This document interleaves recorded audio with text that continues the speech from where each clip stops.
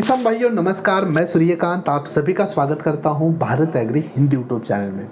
किसान भाइयों, आज के वीडियो में हम बात करेंगे कपास की खेती के बारे में। जी हां, आज के वीडियो में मैं आपको बताऊंगा कि कपास की खेती में हमें उर्वरक किस प्रकार से डालने हैं, कौन से डालने हैं, कितनी मात्रा में डालने और किस अवस्था में डालने। यानी कि आज के वीडियो में मैं आपको कपास उर्वरक प्रबंधन का पूरा कैलेंडर बताऊंगा, शुरुआत से लेके आखिर तक। इसलिए अगर आप कपास की खेती करते हो तो खासकर आपके लिए ये वाला वीडियो बहुत ही महत्वपूर्ण होने वाला है। वीडियो अंत तक देखें और वीडियो के आखिर में आपके सुझाव हमें कमेंट्स बॉक्स में नीचे बताना ना भूलें। चलिए बिना किसी देरी के आज के वीडियो के लिए शुरू करते हैं। चलिए सबसे पहले जानते हैं कि पहली खाद यानी जो ऑर्गेनिक सेंद्रीय खाद होती है वो कौन सी डालनी है हमें बुआई पूर्व। किसान भाइयों, सबसे पहले आप तो जानते हैं कि हम क्या करते हैं कि खेत की गहरी जुताई करते हैं। जुताई के बाद अपना खेत जो है कड़ी धूप में कुछ दिन के लिए खुला छोड़ देते हैं। कड़ी धूप में खेत अच्छी तरह से सूखने के बाद हमें 1 एकड़ के लिए लगभग 1 से लेकर 2 टन अच्छी सड़ी हुई गोबर की खाद अपने खेत में मिलानी है। गोबर की खाद मिलाने के बाद फिर से एक बार अपने खेत की जुताई करनी है, जिसके कारण खेत में गोबर की खाद अच्छी तरह से मिल जाएगी। यहाँ पर अगर आपके पास गोबर की खाद नहीं है, केचुआ खाद है या फिर मुर्गी खाद है, उसका भी आप इस्तेमाल कर सकते हो। ये खाद डालने के बाद दूसरी बारी आती है बेसल डोज की। बुआई के समय हमें मिट्टी में कौन सा बेसल डोज मिलाना चाहिए। किसान भाइयों, बहुत ही महत्वपूर्ण जानकारी है। बहुत सारे किसान यही गलती कर देते हैं कि बेसल डोज बहुत ज़्यादा डाल देते हैं। कौन सा डालना है? यूरिया की मात्रा आपको सिर्फ 25 किलो लेनी है। डीएपी यानी जिसे हम डायमोनियम फॉस्फेट बोलते हैं, उसकी मात्रा 40 किलो लेनी है। एमओपी यानी पोटाश हमें लगभग 40 किलो लेना है। सल्फर दानेदार वाला, जो दाल जैसा आता है ना दानेदार वाला, वो वाला सल्फर आपको 4 किलो लेना है। माइक्रोन्यूट्रिएंट ग्रैन्यूल वाले आपको क्या करना है, 4 किलो लेने हैं। और नीम की फली आपको लगभग 50 से लेकर 60 किलो लेनी है। किसान भाइयों, इस डोज को अच्छी तरह से एक समान एक दूसरे के साथ मिलाना है और इसे अच्छी तरह से मिट्टी में मिला देना है। चलिए किसान भाइयों, हमने गोबर की खाद भी डाल दी, हमने बेसल डोज भी डाल दिया। अभी कपास की खेती की अच्छी बढ़वार के लिए, अच्छे फुटाव आने के लिए, अच्छे फूल आने के लिए, फूल कम झड़ने के लिए हमें कपास के ऊपर कुछ छिड़काव लेने की आवश्यकता होती है।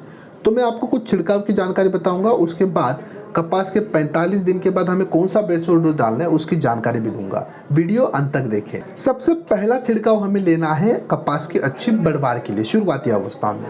इसमें हमें क्या करना है, 19-19 5 ग्राम ह्यूमिक एसिड हमें 2 ग्राम लेना है और चिलेटेड माइक्रोन्यूट्रिएंट हमें 1 लीटर लेना है। 1 लीटर पानी के साथ इसका घोल बनाना है और अपनी फसल के ऊपर छिड़काव करना है। इसके बाद जब अपनी कपास की फसल फुटाव अवस्था में आ जाएगी, उस समय आपको क्या करना है, 1261-0 5 ग्राम, डंजाइम गोल्ड 2 ml और साथ ही चिलेटेड मिक्स माइक्रोन्यूट्रिएंट हमें 1 ग्राम लेना है। 1 लीटर पानी के साथ इसका घोल बनाना है और कपास की फसल के ऊपर इसका छिड़काव करना है। इससे क्या होगा कि पौधे के जो फुटाव है उसमें बहुत ही हमें बढ़ोतरी दिखाई देगी। ज़्यादा से ज़्यादा फुटाव आएंगे ताकि उसके बाद ज़्यादा से ज़्यादा उसके ऊपर फूल आ पाए। चलिए मान लेते हैं कि फुटाव भी अच्छे आ गए, अब फूलों की संख्या बढ़ानी है तो कौन सा छिड़काव करना है। इसमें हमें 05234 5 ग्राम, बोरॉन 20% वाला हमें 1 ग्राम लेना है और उसके बाद गोदरेज डबल हमें लगभग 2 ml लेना है। ये तीनों हमें 1 लीटर पानी के हिसाब से अपनी कपास की फसल के ऊपर छिड़काव के लिए इस्तेमाल करने हैं।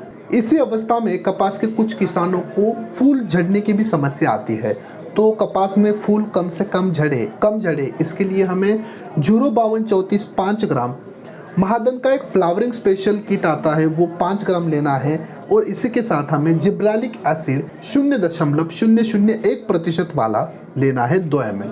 इन सभी को हमें 1 लीटर पानी के हिसाब से अपनी कपास की फसल के ऊपर छिड़काव के लिए इस्तेमाल करना है।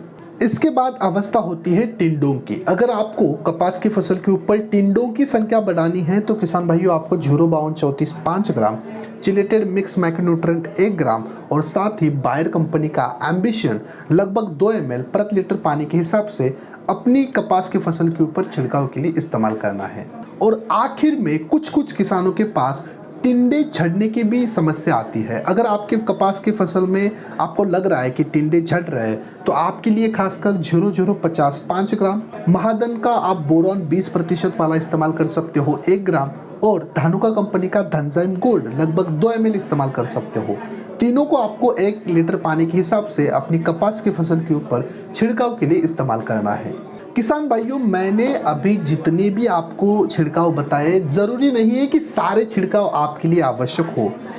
मैंने कुछ कंडीशन बताए हैं और उस कंडीशन के साथ कुछ छिड़काव बताया है। अगर ज़रूरत है तो छिड़काव का इस्तेमाल करें, अदरवाइज़ बहुत सारे किसानों की जो मिट्टी है वो बहुत उपजाऊ होती है, तो कुछ जगह ये समस्या ना भी आए तो अपनी फसल का निरीक्षण करें और उसके आधार पर छिड़काव का प्लानिंग करें।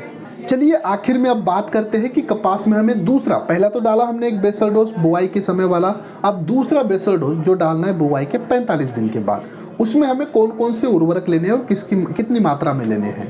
इसमें urea 40 kilogram, DAP 60 kilogram, potash 30 kilogram MOP लेना है हमें, सल्फर 4 किलोग्राम, सूक्ष्म पोषक तत्व 4 किलोग्राम और फिप्रोनिल 0.6% एक कीटनाशी है, ग्रैन्यूल फॉर्म वाला आता है, आपको 4 किलोग्राम लेना है। इन सबको हमें एक साथ मिलाकर अच्छी तरह से जड़ों के पास डालना है, उसके ऊपर मिट्टी लगा देनी है और फिर फसल को पानी देना है। इस तरह से किसान भाइयों, मैंने आसान भाषा में समझाने की कोशिश की है कि कपास की फसल में उर्वरक प्रबंधन किस तरह से करना है।